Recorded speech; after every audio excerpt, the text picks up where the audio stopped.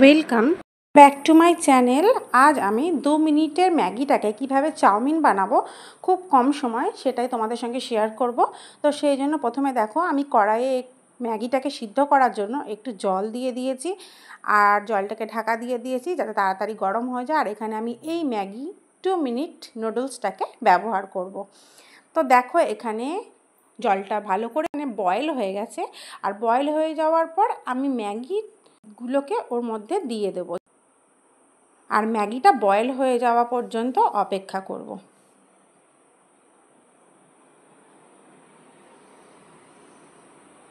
আর এই দেখো এখানে ম্যাগিটা একটু নরম হয়ে গেছে, সেই জন্য চামচ দিয়ে ম্যাগিটাকে আমি খুব ভালো করে জলের সঙ্গে মিশিয়ে দিচ্ছি যাতে তাড়াতাড়ি এটা হয়ে যায়। আর হ্যাঁ, খুব ভালো গলিয়ে ফেলবো না, একটু হালকা হালকা নরম হয়ে গেলে এটাকে নামিয়ে ফেলবো। তো দেখো এখন জলটা অনেকটা শুকিয়ে গেছে আর হ্যাঁ ম্যাগিটাও একটু গলে গেছে। তো এবার এটাকে আমি নামিয়ে নেব আর জলটা ঝরিয়ে নেব। তো এখানে এই চুপিটা আমি ব্যবহার করি, হ্যান্ডেলওয়ালা চুপিটা। তো এটা কিন্তু জল ঝরাতে খুবই সুবিধা হয়, হাতে গরমটা লাগে না।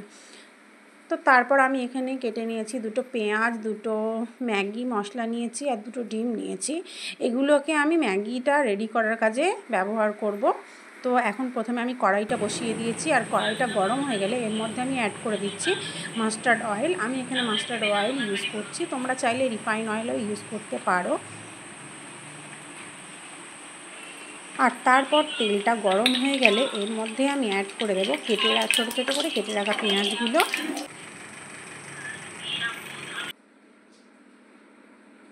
আর তারপর পেঁয়াজটাকে একটু হালকা হাতে নাড়াচাড়া করতে থাকবো। আর তারপর এর মধ্যে অ্যাড করে দেব সামান্য পরিমাণ লবণ। যেহেতু আমি এগ চাও বানাবো তো সেই জন্য ডিমের মধ্যে যাতে একটু লবণ যায় সেই জন্য হালকা পরিমাণ লবণ দেব, বেশি দেব না কারণ ম্যাগি মশলাতে লবণ থাকে। আর লবণ অ্যাড করলে তাড়াতাড়ি পেঁয়াজটা ব্রাউন কালার এসেও যাবে। তো হালকা হালকা ব্রাউন কালার করব, বেশি ব্রাউন কালার করব না। তো দেখো এখন মোটামুটি হালকা ব্রাউন কালার কিন্তু চলে এসেছে। আর এবার এর মধ্যে অ্যাড করে দেব ডিম 2টো। আর ডিম 2টো অ্যাড করার পর এইভাবে পেঁয়াজের সঙ্গে ডিমটাকে খুব ভালোভাবে মাখিয়ে নিতে হবে আর ঝুরি ঝুরি করে কেটে নিতে হবে।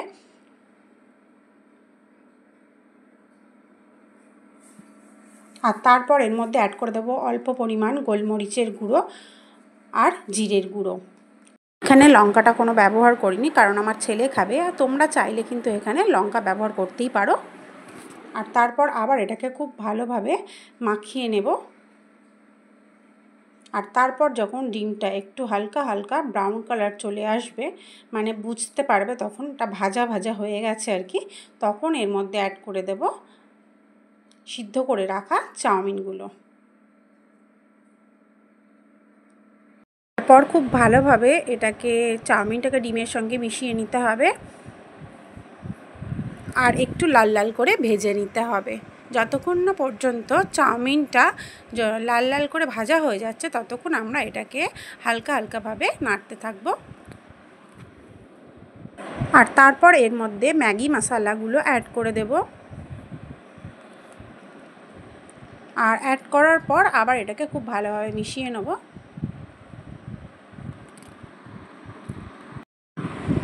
আর এটাকে এইভাবে লো ফ্লেম টু হাই ফ্লেমে দিয়ে এইভাবে হালকা হালকাভাবে নাড়তে থাকতে হবে। আর এই দেখো এখন চাউমিনটা কিন্তু একদম পুরোপুরি রেডি হয়ে গেছে, পুরো ভাজা ভাজা হয়ে গেছে, দেখতেই পাচ্ছ, আর কালারটাও সুন্দর এসছে। আর এখন আমাদের এগ চাউটা পুরোপুরি রেডি। তো এবার এটাকে গরম গরম সার্ভ করতে হবে। আর আমি এটাকে সার্ভ করেছি টমেটো সসের সঙ্গে। তোমরা চাইলে এর মধ্যে টমেটো সস, চিলি সস দুটোই অ্যাড করতে পারো। কেমন লাগলো আমার রেসিপিটা বাড়িতে বানিয়ে খেয়ে অবশ্যই কমেন্টে জানিও। আর ভালো লাগলে অবশ্যই বন্ধুদের সঙ্গে শেয়ার করো, লাইক কমেন্ট করো। আজকের মতো টাটা, তোমরা সবাই খুব ভালো থেকো।